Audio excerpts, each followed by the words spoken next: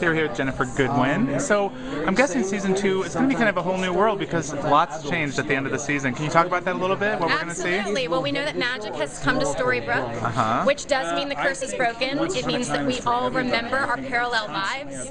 It means that in this next season we will all be playing amalgamations of the characters we were playing separately before, and we'll be trying to reconcile those two lives we've led because we'll remember everything. Well, and I guess viewers have been wanting that all this time, but I'm guessing it won't be a smooth road. It will not be a smooth transition, and also magic is very unpredictable here. We don't know, it just doesn't operate by the same rules, so we don't know what the effects of the magic will be, and we don't know really how to go about using it. Okay, and how's the romance going to be between Snow and Charming? Titillating. That's a very good word. Are we going to see it go to like a new level, or? Well, we're really going to explore the family dynamic now that we know that we really are Emma's parents. We're going to be exploring our relationship in a whole new way. Okay, and so we're going to see a lot of scenes with Emma, you think? I hope so. That's all I want. Mother-daughter stuff. Absolutely. That's what great. I've wanted since I read the pilot. I want to see how that relationship pans out. All right, well, best of luck with season 2. Thank you. Here with the evil queen herself. Now, how season 2, Regina's going to have a lot of explaining to do. I'm guessing she's going to have a lot of people a little upset with her. She's going to have a lot of people upset with her. And what would you predict is going to, how is she going to get herself out of that? What do you think? Oh God. Well, there is magic in Storybrooke, so we're going to see how everyone uses magic in Storybrooke. We'll see. We'll see who uses magic in Storybrooke. So there's that. Magic is different in Storybrooke. It's not like it was in Fairy Tale Land, so there's some challenges there. I think the biggest challenge is Henry. I was going to ask you about Henry. Yeah. How is she going to get her son back is a huge one. Yeah. And I think it means more to her than anything else. That's what I was going to say. It seems like even he's not just a piece in this puzzle. Like, she really does care for him as a mother. She does very, very much. And he cares for her. Yeah. It's complicated, but she is his mother nonetheless. And so I'm guessing the rivalry with Emma is going to escalate quite a bit. Possibly. Possibly. Well, I don't see them on the same side. Well, they were at the last episode. That's true. They had to join forces a little bit. Yeah. Okay. So we'll see where that leaves them. All right. Any romance that you know of for Regina coming up? No. She hasn't had much time for romance. But look, your hair looks great. You got a great outfit on. Thanks. Romance in my life isn't so bad, but poor Regina. I know. If you were writing the show, if you had the power to pick one of the guys on the show, is there one that you would love to see her kind of mix it up with? Oh God. I don't know yet. I don't think he's made an appearance. Okay. All right, let's call casting. We have a lot of people that are coming on board. Maybe Captain Hook. Maybe that's the one.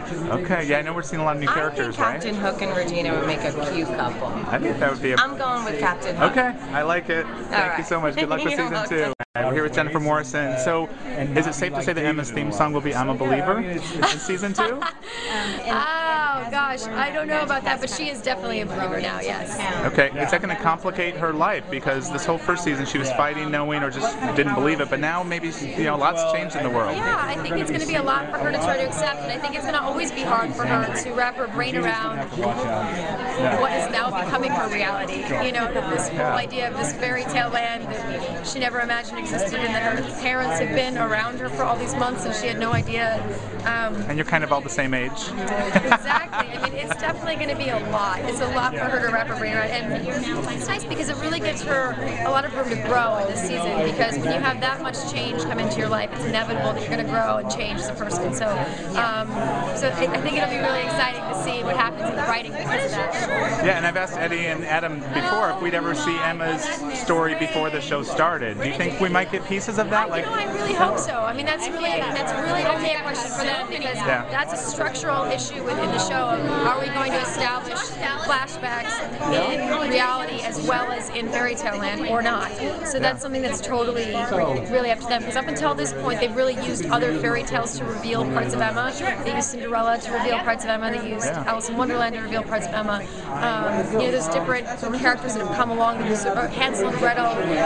They sort of use those storylines to help reveal parts of Emma's past without doing an actual flashback. So, it's really structurally a question for Eddie and Adam. Okay. Well, good luck with season 2. Thank you. All right, here's Josh Jallis, Charming. Yes. Now, tell me how changes are going to be coming, because the magic is there. The magic is here. We all remember who we are. So Regina's got a lot to answer for. So I think Charming is going to have it out for her, and he's going to try to figure this out. And of course, you know, he realizes, Snow and Charming realize that they have a daughter that has grown, and they've missed her entire childhood, and we have a grandson. So there's a lot to work out here. So the family is going to come together on the show. You guys, we're going to see for sure. some Whether scenes, okay. we're together for for a long time, I don't know. We might be split apart. Who knows? Now, do you think that's going to put the end to some of our big battle scenes that we love to see you do? Oh no, there's always going to be battles. There'll be horses around. There's always battles. Yeah. Did you have some injuries last year, though? It seemed like you might have had a couple bruises. In a sword fight scene with Robert Carlyle in the finale. We had some accidents in there, and some hands got hurt, and some blood was shed. But that's how it goes. Did you surprise yourself a little bit what you were able to do? Because I know you were doing a lot of that yourself. Yeah. No, I do it all myself, and I love it. It's fun. Okay. Thanks so much, Josh. Good to see you. Nice to All right, so now I'm not sure if we call you Red, should we call you Wolfie? What are we calling you in season 2? Wolfie, I like that. Actually, I want a t-shirt that says Wolfie. Wolfie. Is that something we're going to see a lot more of in season 2? I mean, I think that's my biggest question is what happens to Red in Storybrooke when there's magic? Does she go wolf? Does she not? I don't know. What would you like to see happen? I would like to know what happens. Yeah. I mean, I don't know. I think the thing that is the best about that whole element is the possibility that it could happen. Yeah. Would you like to get into all the makeup and everything that you probably would have to do? Wouldn't that be fun? Oh my God.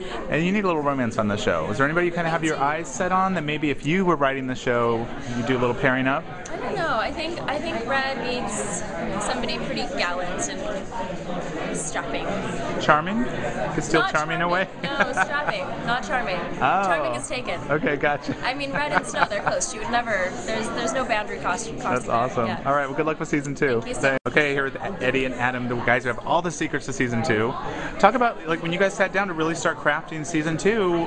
How challenging was it? Because you really, the end of season 1. Look, we wanted it to be challenging for us. Like our goal was that for the end of season 1 to have the audience say, "What are they going to do next?" Yeah, I said that. So now we're dealing with that question ourselves. I think some of the fun is when we were breaking the end of season 1, we started to think about what season 2 would be. And one of the tricks we stole from Lost, or lessons we've learned from David and Carlton is the better way to say, is that in between seasons, take 3 weeks and just brainstorm with your writers. And we call that mini camp. So we did 3 weeks of intensive mini camping and mapped out the season. So that when we returned, we were like, let's hit the ground running. Yeah, so you pretty much have season 2 mapped out. Let's not go crazy. What we have is we have a roadmap, but we also have a have to let ourselves be open to whatever detour show. Yeah, because I remember talking to you guys in season 1. That did happen where things came up that you guys kind of steered around a little bit. I think part of the fun for us is being able to go down different rabbit holes and just kind of like explore those things and allow yourself